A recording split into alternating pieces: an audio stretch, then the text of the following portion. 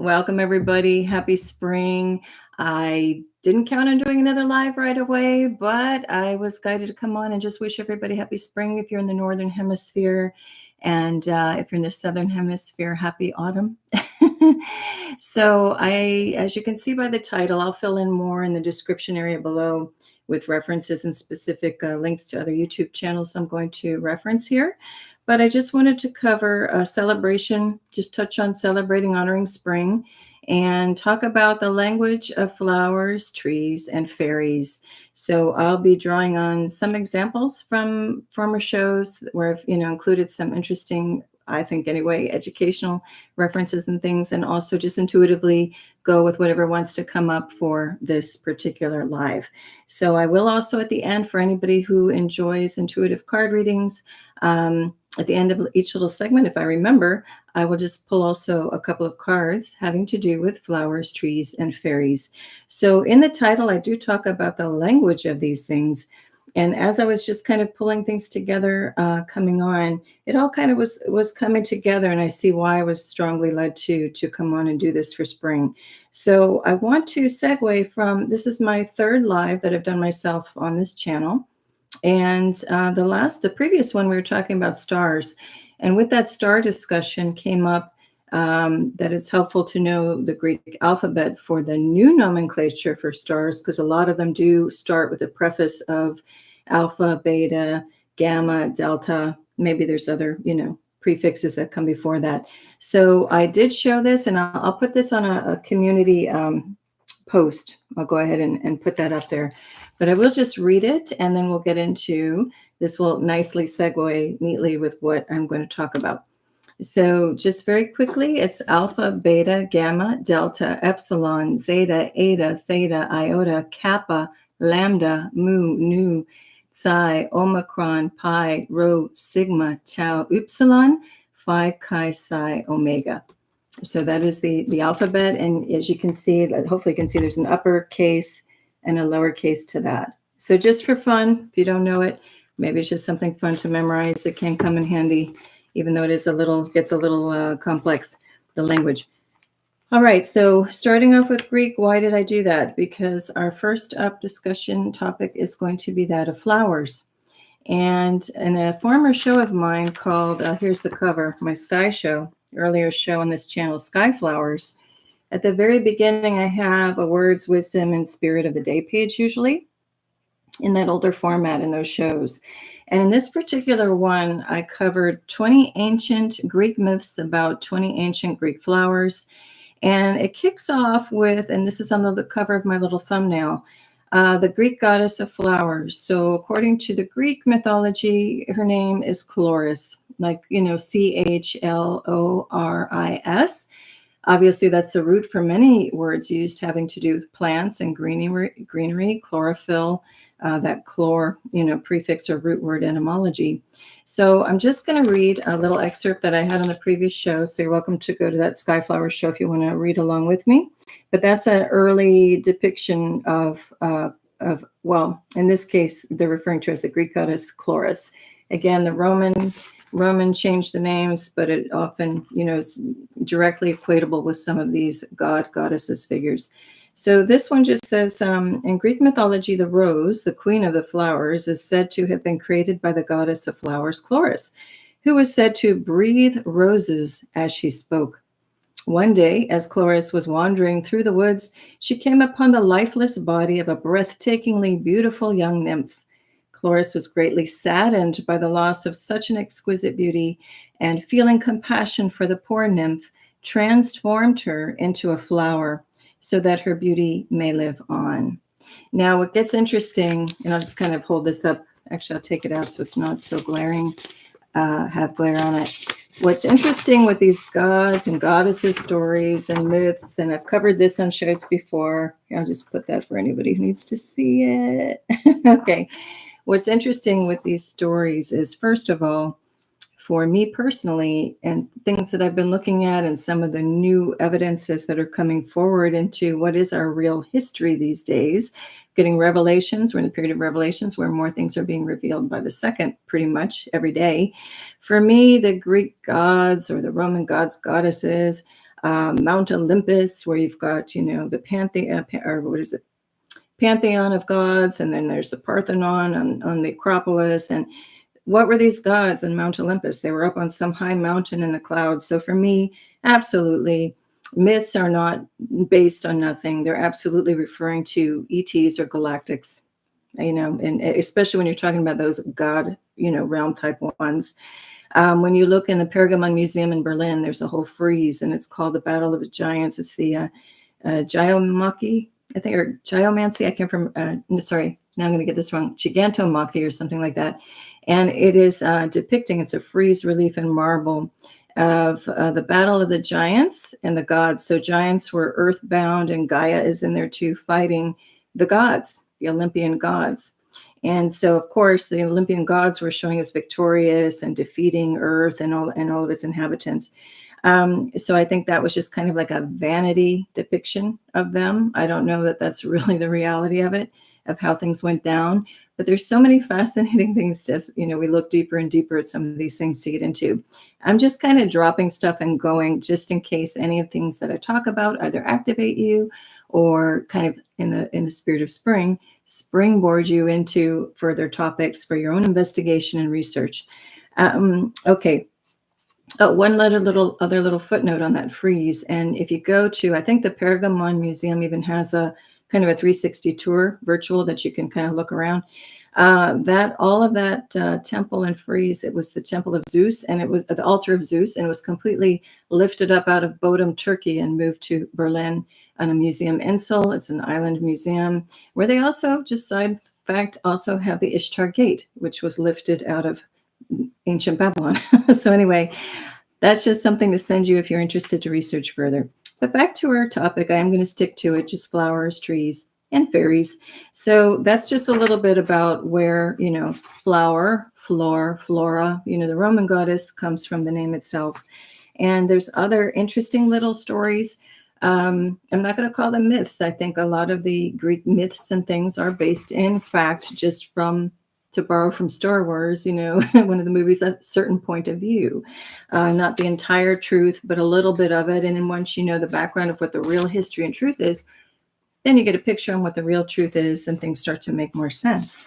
So I'm going to close out the little flowers topic. I was just wanted to touch on it. And this is not going to be a very long live, more than likely. But anyway, I just wanted to read also the 20 ancient Greek flowers that they were talking about. And again, here's the, I don't know if you can see.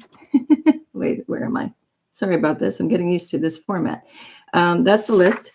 So I'm just going to go ahead and read it, and then we'll pull a card, and then we'll move on to the trees. So they list, and pardon if I mispronounce, but it's looks like aconite, anemone, aster, campanula or bellflower, crocus, dianthus, flowers of the gods supposedly, delphinium or larkspur, hellebore or Christmas rose, hyacinth, iris, lily, lotus, narcissus, orchid, peony, poppy, rose, sunflower or heliotrope, violet, and yarrow. So I invite you to look into any of those if they interest you. You know, that's the list. And again, I'll probably post any of the images that I hold up as a separate post in the community section on my channel. Okay, for anybody who wants to know. So anyone who likes to know, or not know, but have a little card reading, I will pull a card. I'm going to pull one from an interesting deck. It's called The Language of Flowers Oracle by Sherilyn Darcy. And there's some really beautiful, I like this deck because the images are woodcuts, like engravings, like linoleum type or wood block or linoleum block. Here's just an example. I'm pulling this up randomly. It's Desire, Red Tulip, number 13 or 4. And, you know, it's just a nice depiction. I like the illustrations of these. So what I'm going to do is just real time, just shuffle this and just pull a card. And this may be something, may or may not be for you. You know if it is when I pull it and read the message. And I think we're only going to have like 4 card decks today. So I'll just pull one and let's just see what we get. We'll see what I have them here. And I just do whatever it wants to jump out. Kind of like the pop-out method is how I do it. And actually, we got a couple right away. So we have, I'll hold them up. We have 28, and that's a 10 or a 1, memory, and it's a field poppy. And then we have 34 or number 7, purpose and poinsettia. And what's really interesting here is that we have a Christmas flower, I'd say. And then I don't know if poppies are summer or spring flowers. Maybe one of you out there can correct, say what it is. Here, I'll just come up here. I can see it's focusing just fine. It's just, sorry about the glare. There we go. Okay, so we've got the poinsettia, if I can do this over here, and then we have the poppy over where my bulk of my hand is. So what's interesting there is we've got red, for whatever reason, this red energy wants to come out.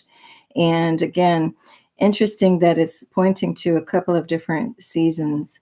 And I'm just trying to think, this is just anything that comes up is going to be pretty much for like the collective, like a general read on these, but something might be absolutely hitting you as a perfect synchronicity when you see some of these images. So right away, the one with purpose and the poinsettia, I see, obviously architecture in the background looks like a cathedral.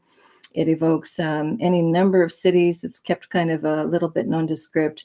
For whatever reason, I know it doesn't physically look at it like it, but that just the imagery, it's just giving me a strong Spain vibe. And I know the flower might not necessarily be there, but it doesn't matter. It's what the feeling I'm getting off of the card. So for someone out there, you might have an affinity for Spain, or you might be planning on going there. I know there's some pilgrimages to some of the churches out there, the cathedrals out there. For me, though, even though this looks nothing like it, it's reminding me or giving me kind of the energy of the Sagrada Familia, the cathedral or church, the Sacred Family Church, which isn't finished. Apparently it's taken them over 100 years. It kind of looks like a dripped sand castle, like dripping like muddy sand down, and has that kind of feel to it when you see it in person. Anyway, I'll just say that just putting those two things together, like an unfinished cathedral and maybe the season of Christmas, I would just say for somebody out there, maybe you started a project or things just seem to have slowed something down that you're really looking to do or complete. And, everything has its season, and it could take a bit. Maybe you wanted something completed now, we're in March in the 3rd month, but maybe it does take until 12 for no, let's just say nothing against you. Maybe you've put every effort into it, but maybe the divine has other plans and it's going to drag out a bit. Anyway, that's just what it reminds me of. Also, it could just be that you may be getting a surprise gift, of travel. Maybe you just never dreamed that you'd be able to go to some places, and it's kind of like a little Christmas wish granted, because that the poinsettia, here we go, sorry, in the foreground is reminding me like a star. And in the last show, we were talking about wishing upon a star. Well, stars take many forms. They're celestial in the heavens, and then we have a lot in nature, that has kind of evokes that form, right? Okay, then we get to memory, and I can't help but think of, we have a field of poppies here. So of course, it's dry. My pull on this card is going straight to the scene.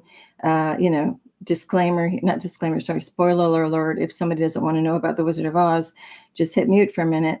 But it's reminding me of that scene, especially where we got little white flowers interspersed in this field.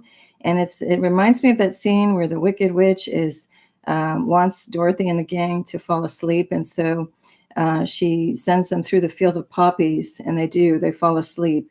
That could also be, metaphorically or an allegory for the amnesia, that we get on this planet before we wake up and have kind of a quote unquote great awakening. And then the snow is sent by the Good Witch as a way to break them out of their trance or amnesia. So that's just kind of what I'm getting there. Obviously, there's poppies there's a lot of healing properties that can be used for good, but you can also take poppy and extract things and make it for low vibed use, such as opium and other, kind of drug derivatives. So we're looking at the positive vibes of this card. And I feel too that taking it even more positive and taking it away from the movie reference, I could just see that, okay, you've had this nice getaway or vacation or surprise trip, and the feeling of it is just healthy and good and like running through a field of flowers. And in so doing, you create beautiful memories, because it says memory on that card. Okay, that's it for that. Now, I want to mention there's a companion, there's or second book, or card deck rather, also by the same author, and it's called Australian Wildflower Reading Cards. And those are really pretty too. And those are just having to do with flowers found in Australia. So let me just randomly pull that just for anybody who's in Australia. Kind of feel bad, not bad, but doing a spring reading, I can't help but, think of everybody in the Southern Hemisphere who's not celebrating spring right now. But when you do, maybe revisit this video and it'll make more sense to you. All right, so we got one right away. And we have, for anybody in Down Under, knows cattle bush. And it's persistence is the message.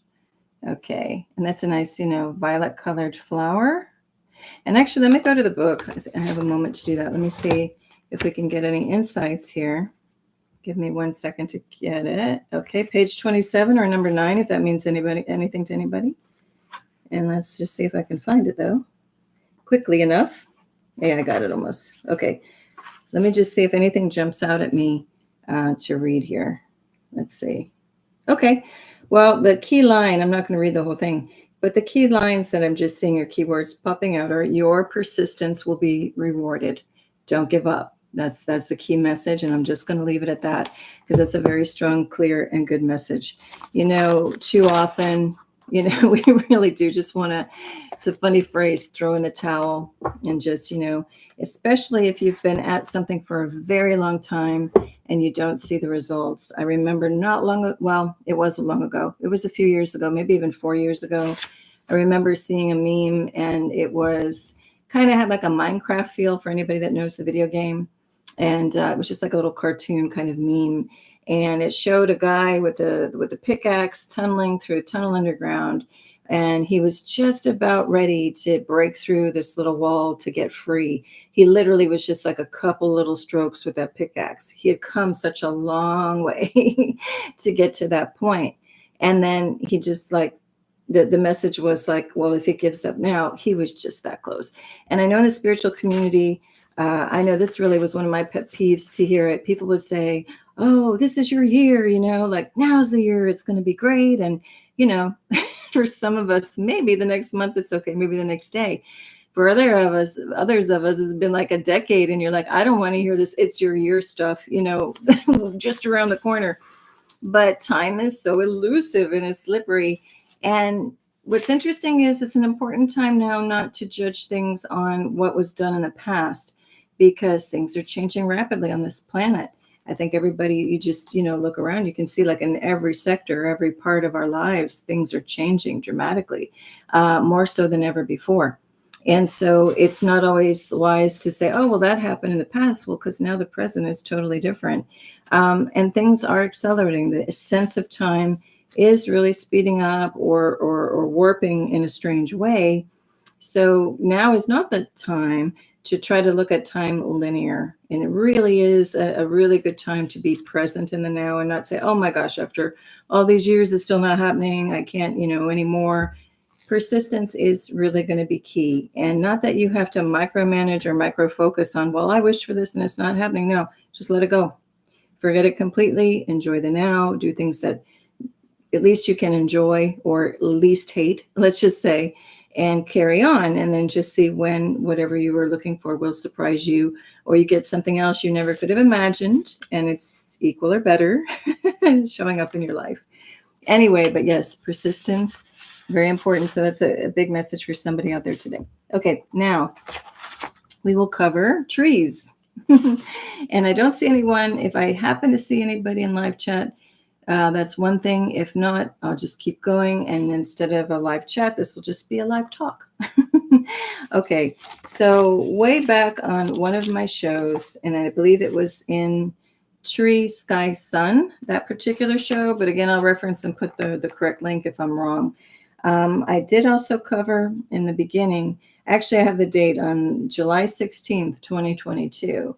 I did have a very surprising telepathic conversation with a tree in a park. And the title of the talk, it was just called Tree Speak. So there was a really large tree, and you know what? I don't know if it was a poplar or what the species of it was. But I walked through the park and just something really called me, pulled, energetically pulled me over to the tree. I sat down, wiped my mind. I wasn't doing an active meditation. I just sat there.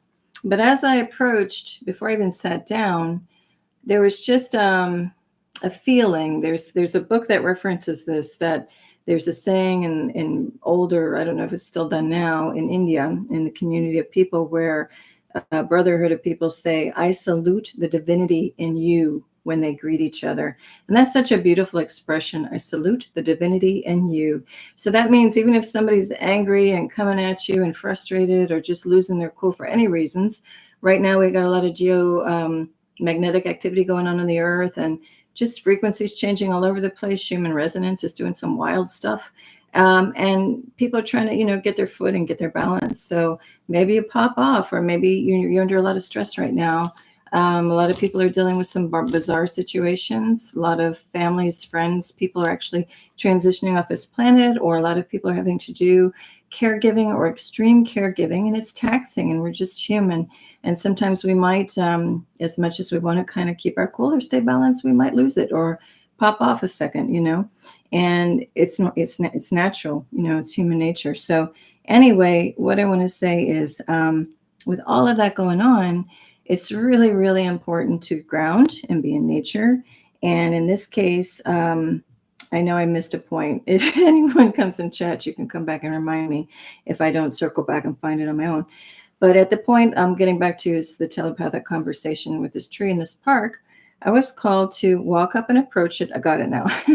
And before I even sat down, I was called to kind of communicate telepathically with it, to the extent where it was kind of like, if you saw the Avatar, the first movie, they always say, like, I see you, like I really see you, not with the physical eyes, but with the heart and with the third eye, spiritually. It was kind of like that moment where I was reminded of that, I salute the divinity in you, tree, and we are each divine beings. We're just taking on a different physical form, but our soul and our spirit, it's all one and connected. So anyway, I was strongly guided to mentally talk to the tree, telepathically talk to the tree, and just say, do you mind if I take a place here and sit down? And the tree was communicating, please, have a seat. And then I since everything is energetics, and especially with ants and trees, you got the mycelium underneath the roots, and they communicate. Everything's very active and alive, and including the ants and how they communicate. So I even asked the tree silently, hey, can you please make sure if there are any like fire ants, because those are a real problem, can be where I live in Miami. They really hurt. If you don't know about them, look them up. They burn like fire, when they bite you. So I just said, can you move any of those out of the way for me when I sit? Because I know the tree would have the capacity energetically to kind of shift things around. And it was kind of like a silent speak to also the ants. If you could just, I don't want to harm anyone. I just want to take a place and sit on the ground. So everything was made clear, and I could sit and not have to be preoccupied worrying about getting bit or whatever, and just focus on the communication between myself and the tree. And I think what I'll do is, let me see the time. I'm going to straight up read it, because even though it's going to be found on my YouTube channel, and I will put the link, it was a very special moment. And since we are honoring spring and all things green and beautiful life springing forward again at this time, I think I will read it. So you're going to hear me. I'm going to read both parts. This is written in a dialogue form, so it's going to be me and the tree. I'll try to make it clear on the distinction, but if it isn't clear, I will post this too, or put the link so you can read it in your own time, on your own time if you want to. So here we go. It's not too long.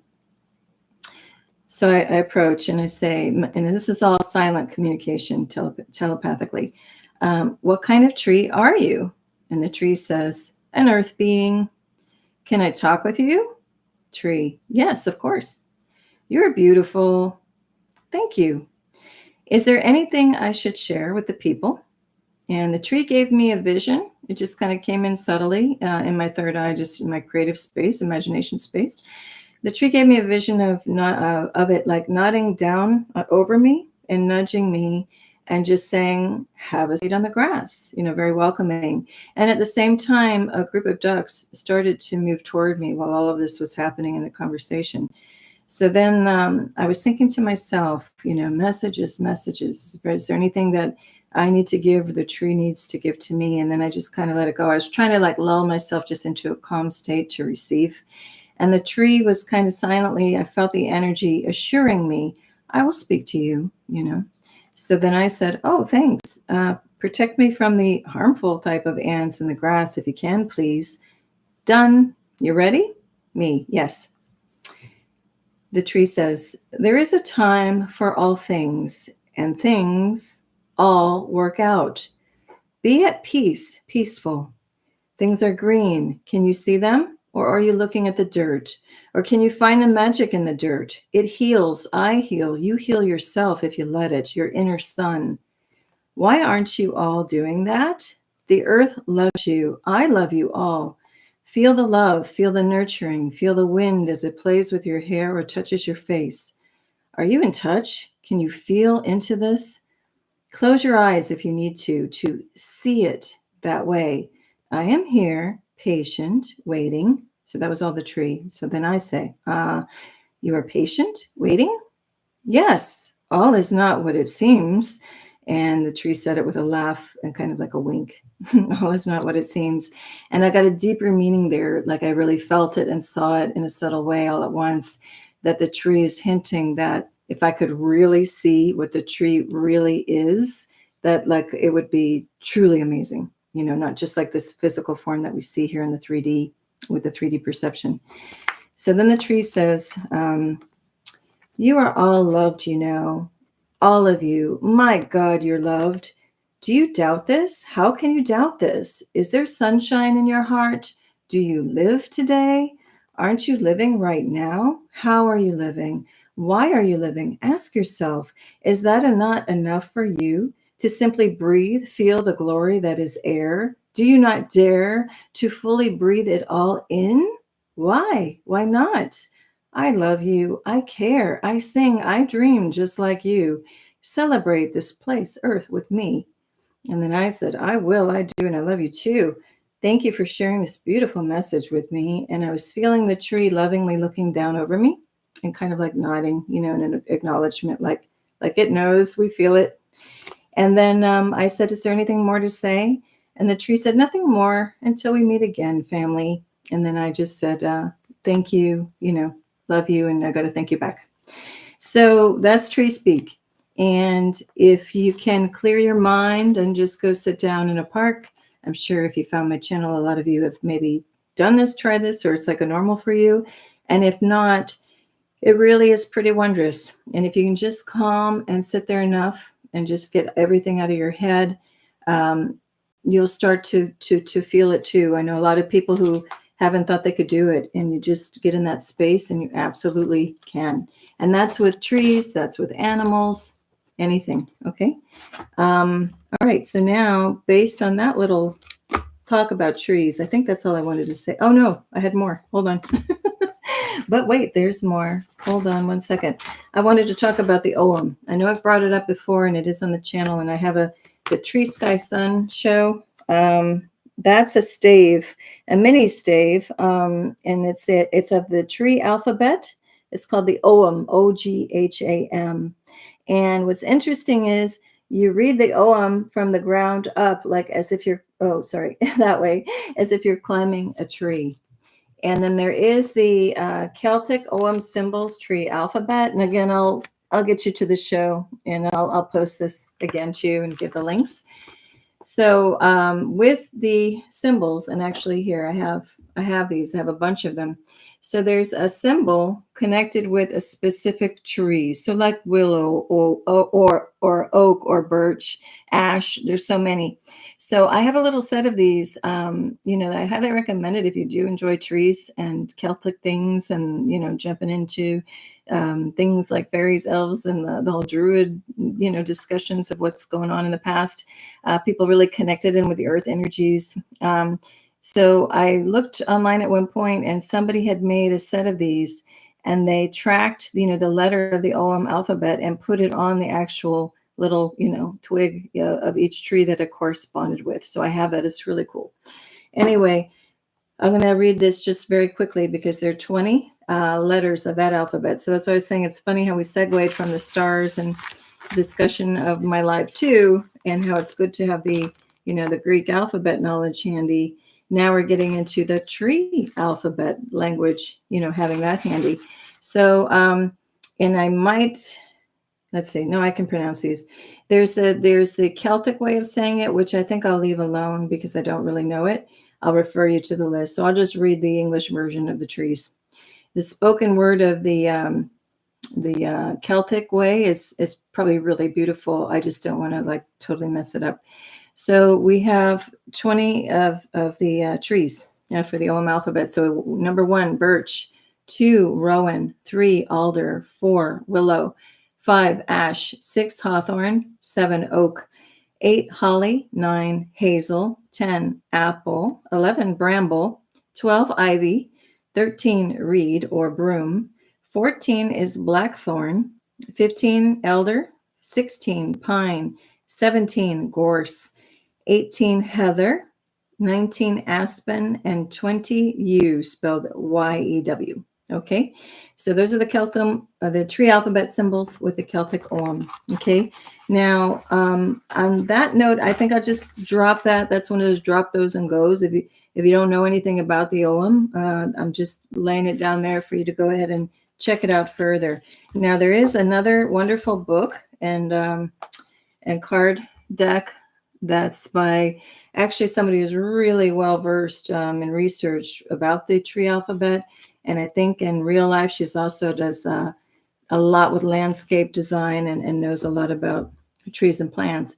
And then these are some of the cards. Okay, so it's called Roots: Insights from the Tree Alphabet of Old Ireland by Olivia Wiley. So I'm just going to shuffle this and just see what we get and see if there are any interesting messages. Actually, you know what? On this one, hang on one second. I think on this one, no. On this one, I'll pull one, but I want to read one that I pre-pulled because it seemed to call to me to talk about rites of spring or rituals for spring. So the one I selected is broom, and the card looks like this as well. And it says heal as a message. And let me just see, there's a nice line in here. It says, hang on. One second. Okay, this one, it just talks about, well, I'll just say the message.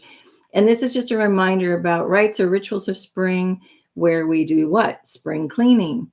Back in the older Celtic circles and traditions, there was a lot more to it and how you celebrated spring, obviously being really in touch with nature. The message on this one card is, in making yourself whole, you aid in the healing of those around you. In making others whole, you aid in the healing of the world. Okay, so hold on. There was something I wanted to read here. Hang on.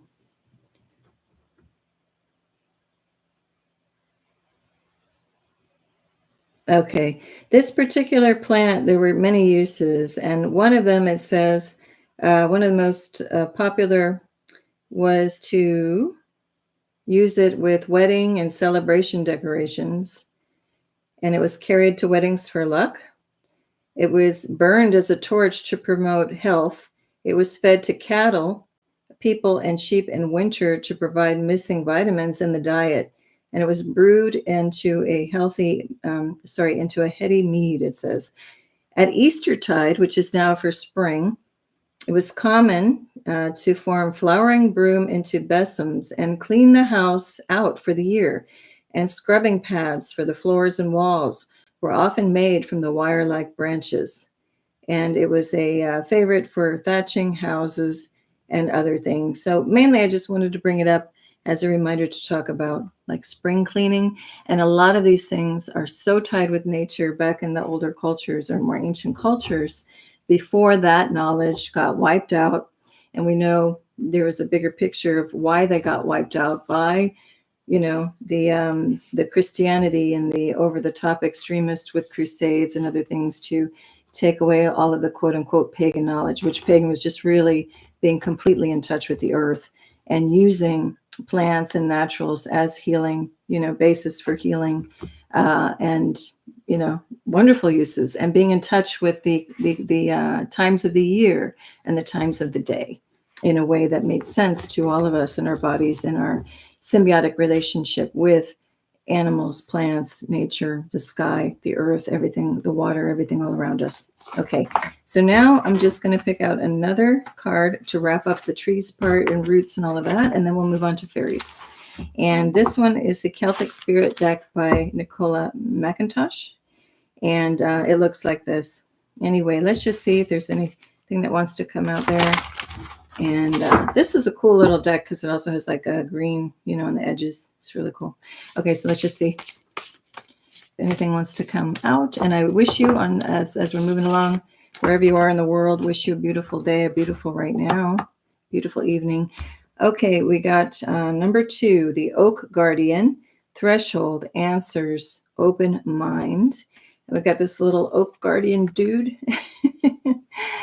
So I'm not going to say too many messages with this one because I do want to kind of move along and wrap up.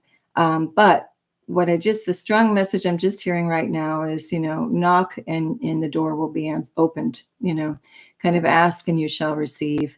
Knock on the door for it to open. Sometimes they won't. This one does look like it's going to stay shut for a bit. But does this guy look bothered? Nope. Or girl, whatever it is. This little being seems pleased as punch. And in fact, it's reminding me that a being like this probably doesn't even need to physically knock. It can probably just change state and face right through that door, right? Like teleport through it. So, and if it is closed, he's like, hey, great, I'll go play in the forest. There's plenty else to do. I didn't need that door anyway, or I'll just come back at another time. No big deal, right? Don't sweat the small stuff. So anyway, that's just the message there. Okay. All right, now let's move on to fairies. This is an exciting topic, which I love. And I do talk about it quite often. I refer to my show on my channel called, oh, hi there, sweetie. I don't want to say sweetie. It just came out that way. Maybe you needed that.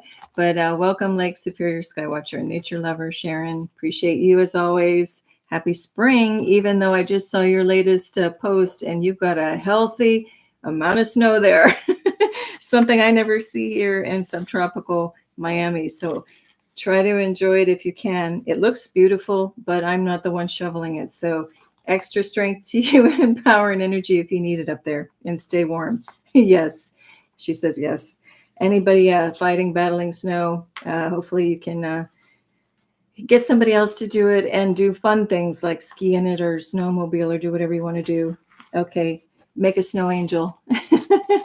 All right, speaking of snow angels and fun magical things, sorry, just give me a moment. I'm getting to the right little visual aid. Okay, so on my show, on my channel number 177 called Sky Mysteries, okay, the cover is going to look like this. All right. Now, this is in combination. This is analysis work that I did based on some amazing findings found by SugarSeas, the YouTube channel SugarSeas. And what she did, and I'm going to put this down, I'll put it back up in a minute. She, you can look at the analysis she does. It's pretty incredible too, and slightly, different topics. Some of ours overlap, but really wonderful things done there. She happened to find some footage of this fairy flittering around outside of a cave entrance in Greece. It happened to be, the name of the cave was Hades Cave. And she found somebody's footage, just online. And the person didn't even know what was in there. It wasn't like the person was taking the footage to say, hey, I found something. Person was just panning around. So she was just looking through and went, whoa, that's a fairy. So I'm going to hold it up again. So in this case, and again, I'm trying to get used to this format, everybody. So pardon me if I'm like not pointing in the right place. But anyway, this, there we go. So down here, this fairy, was just kind of flying around. Now, to the naked eye, on looking on the footage, at first glance, and I'm going to pull this away on purpose so you see it like you would have seen it on the TV screen or screen monitor. This, at first glance, just looked like, hey, what's the big deal? It's a moth or some kind of giant moth with like dangling whatever the parts of the moth are, right?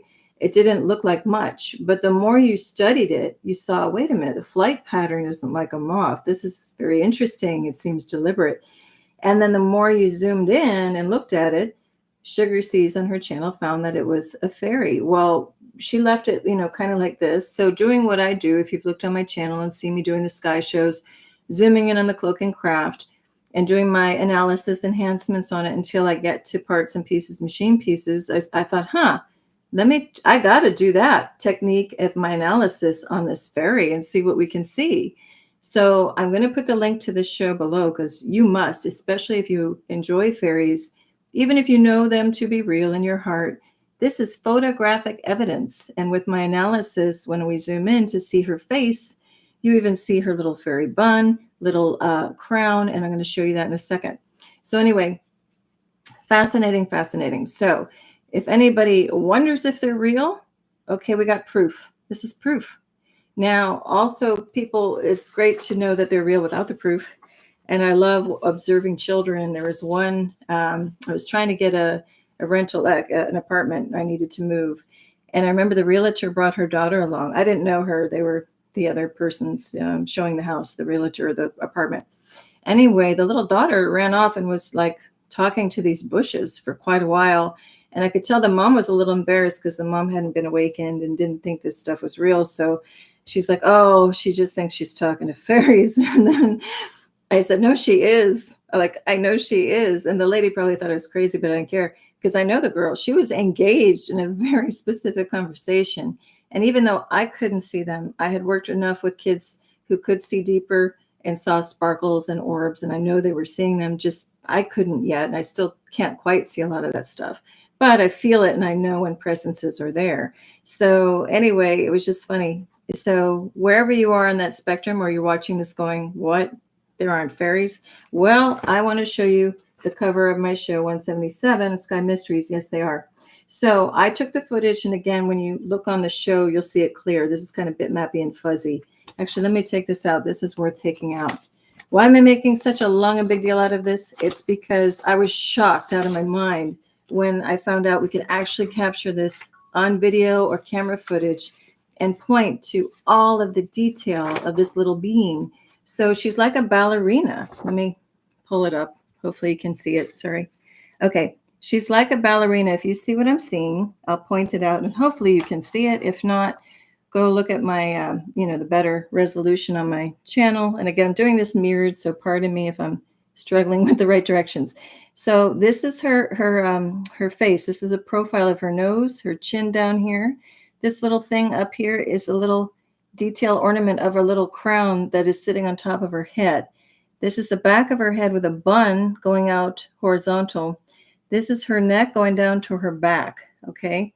And these are her shoulders. And then this is an arm that's curved down. Now, when you look at my channel with the analysis, you're going to see she's wearing a long gown. You're going to see both of her legs and feet. Now, do the feet look exactly like ours? No, they're a little exaggerated. They're like a little bit bigger and longer compared to her body. But when you zoom in and go on my channel and see the analysis, the thing that fascinated me, you can barely make it out here, is that's the tip of her crown. And these two little things are like, they're reminiscent of antenna, but they're little flora. They're little like plant material as a part of her natural crown. So to me, this is undeniable. And the language of the fairies, getting back to our language theme of my title, is that they're energetic. So the camera, with my simple analysis like I do in the sky, I didn't change anything about it. It's just a basic camera phone and bring it up on like tools like Photoshop or something. Once you start doing like upping or lowering the levels of contrast and color saturation and clarity on it, you start to see that it just feels alive and energetic, just very electric. So I would say that's the language of the fairies, just like I talked about with the trees. There's an electricity in there, with the mycelium of the roots and the plants. And the ants obviously respond to electricity because they often follow cables that go into the wall. Anything that's like plugged in, like a coffee maker or something, they travel where the electric current is. So the more you study animal behavior and things and start to tie all of this together, it becomes really fascinating. And I guess they can say it's an electric universe, right? So, and we respond too. Our whole body would respond to electrical charge in the air. So anyway, I highly recommend that to go take a look at fairies. And there's a lot more to talk about with them, but to me, that's all I need to say. Look at the picture and the proof of it. And I won't get into, some of the folklore, and there's a whole bunch more to be said for fairies. I'm just going to leave it at that for now. And because I'm looking at the time and I have to go.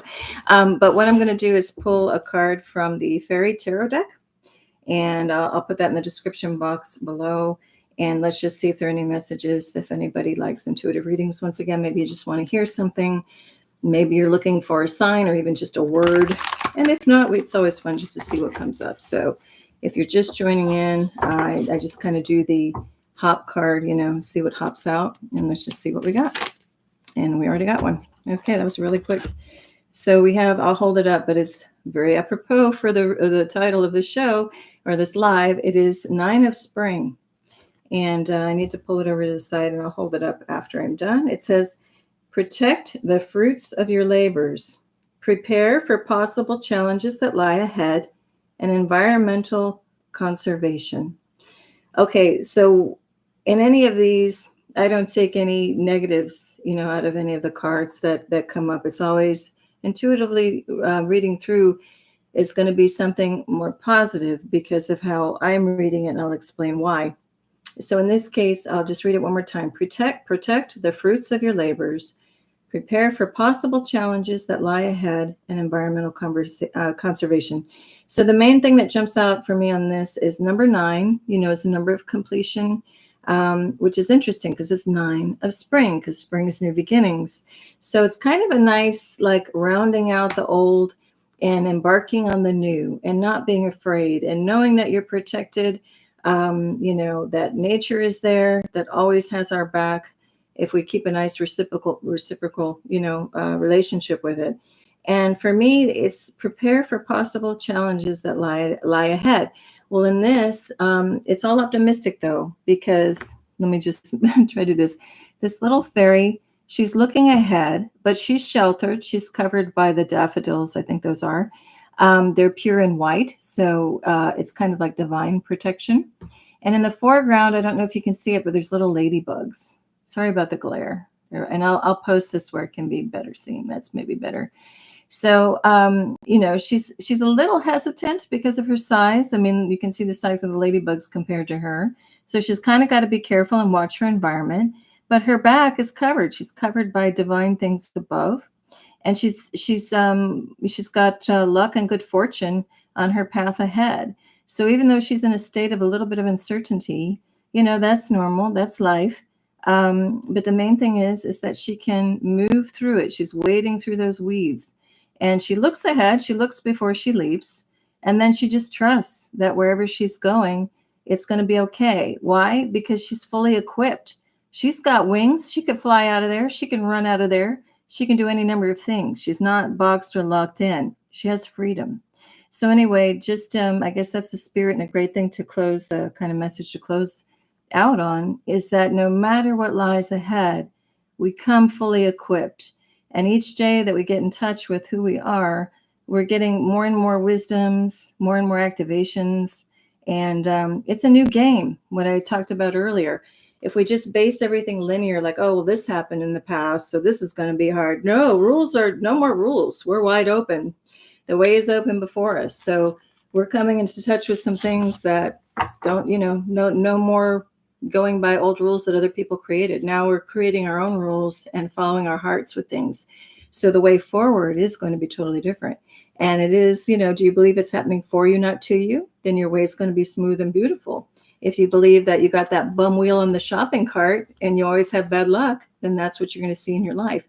And very much so, this is what's going on, because the energies on the planet are shifting and supporting our now creativity and our creative powers, our powers of creation.